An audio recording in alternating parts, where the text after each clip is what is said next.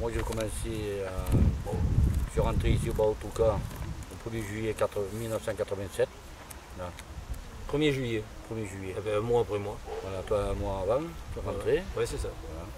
Et toi, tu peux mieux expliquer que tu as été président du CIQ. C'est-à-dire que ce qui s'est produit, c'est que, comme beaucoup de gens, je découvrais les mécanismes de l'acquisition de la propriété et j'ai été pris un peu à partie par l'architecte qui demandait que je lui verse une subside, conformément à l'article 18 du cahier des charges. C'est-à-dire pour qu'il vérifie l'implantation de la maison et l'aspect général. Or déjà il n'y a pas d'implantation à vérifier puisque moi j'avais déjà une grange qui était en place et que j'ai fait que rénover. Premier point. Deuxième point, c'était à mes yeux complètement abusif et c'était un moyen détourné de faire de l'argent facile. Parce que ça, 1500 francs à l'époque multiplié par 80 lots, ça fait une jolie somme à la sortie. Donc j'ai joué les rebelles, je n'ai pas voulu payer. Donc on est allé en procès. On est allé en procès, tribunal des référés à Aix, où je me suis retrouvé devant une nuée de robes d'avocats. Et puis je me suis débrouillé comme j'ai pu, j'ai défendu ma cause. Le juge n'a pas appliqué les attentes de l'avocat d'Atrium et nous a envoyé vers un expert. L'expert a envoyé sa conclusion. J'ai été ensuite dirigé vers le tribunal d'instance de Martigues et à Martigues, au bout de plusieurs séances, plusieurs audiences, j'ai gagné. J'ai gagné mon procès. Et en même temps, entre-temps, voyant cette difficulté, j'ai attiré l'attention de plusieurs propriétaires.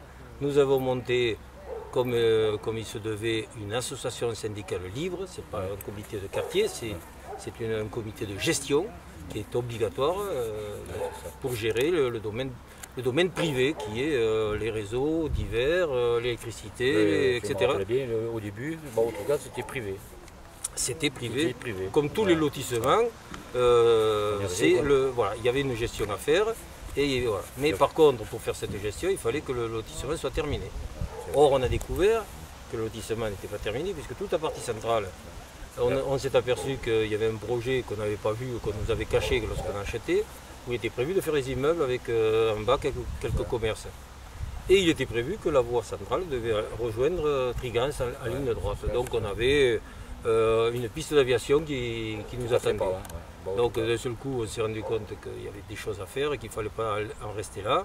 On s'est battu, on a découvert des tas de mécanismes techniques, juridiques et financiers qu'on a actionnés pour pouvoir plus rapidement relancer les travaux de fin de lotissement. Et donc de la phase collective, on est passé à une phase individuelle, avec pas mal de contraintes, pas mal de problèmes, etc. Mais on y est parvenu, c'est pour ça que nous n'avons plus d'immeubles au milieu, etc. C'est aussi pour ça que nous n'avons pas la piste d'aviation, puisque ça s'arrête à Tartugues, ça ne va pas au-delà. Alors que si on consulte le voisin, il dira qu'il avait effectivement une préemption qui avait été déjà attribuée. On ne s'est pas trop mal battu de ce côté-là, puisqu'on a réussi quand même cette chose-là. Donc on s'est trouvé avec deux problèmes d'importance.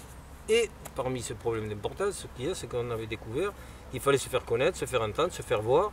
Donc on a fait des fêtes pour s'amuser un peu, pour rentrer des fonds, pour pouvoir avoir de quoi payer les consultations d'avocats, etc., etc., les courriers, tout ce qu'on pouvait faire, etc. Et puis de fil en aiguille, on est arrivé à faire des fêtes qui étaient vraiment très très attractives, très intéressantes. Beaucoup de gens en reparlent encore, ça fait plaisir. Et Gisela, il y a un bébé, ma petite fille, il y en a deux. Mais ça, d'abord, regarde.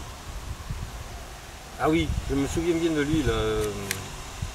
Et là, c'était du carnaval. Là, il y avait un marié, il avait sa mariée c'était ma fille. C'était si belle magique que c'est. Oui, je me souviens bien.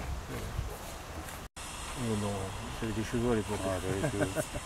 Ça, c'est la pêche, miraculeuse, là. Oui.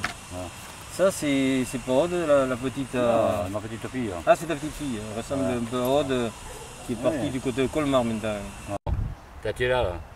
Ah oui. Regarde. Ça fait campagne. Regarde, ça c'est bon, ça. C'est bien, non? On avait beau temps, en plus. En plus de beau temps, ouais. Toi, tu avais gagné la coupe à la pétanque. Ouais, la pétanque, ouais. Mais il y a des mauvaises langues qui disent que tu as payé tout le monde pour pouvoir gagner.